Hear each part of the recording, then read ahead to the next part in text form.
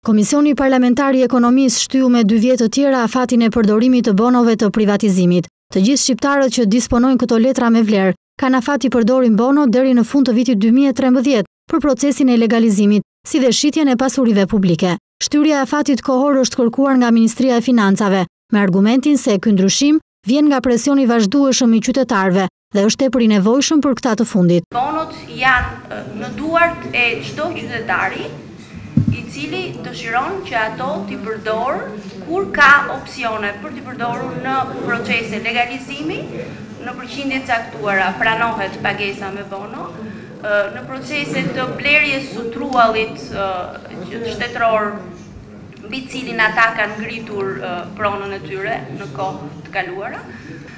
Pastaj pjesën se a do të përdoren për petrolin, nuk di të them nuk. Ndërkohë për socialistët bonot e privatizimit janë një proces i dështuar i qeverisë dhe qytetarët nuk përfitojnë asgjë nga shtyrja e afatit të përdorimit. Zvarritja, shtyrja e bonove të sarit dhe mbajtja e këtyre bonove, cilave vlera u bie për çdo ditë më tepër në zyrtarët e njerëzve të thjeshtë, nuk bën absolutisht asgjë tjetër përveç se shtyn një proces për cilin mendohet se do vi një ditë që mund edhe të shfrytëzohet. Dhe votën e kam kundër sepse shikoj një proces, sepse shikoj një proces pa transparencë, shikoj një proces i cili nuk e ndihmon qytetarin shqiptar.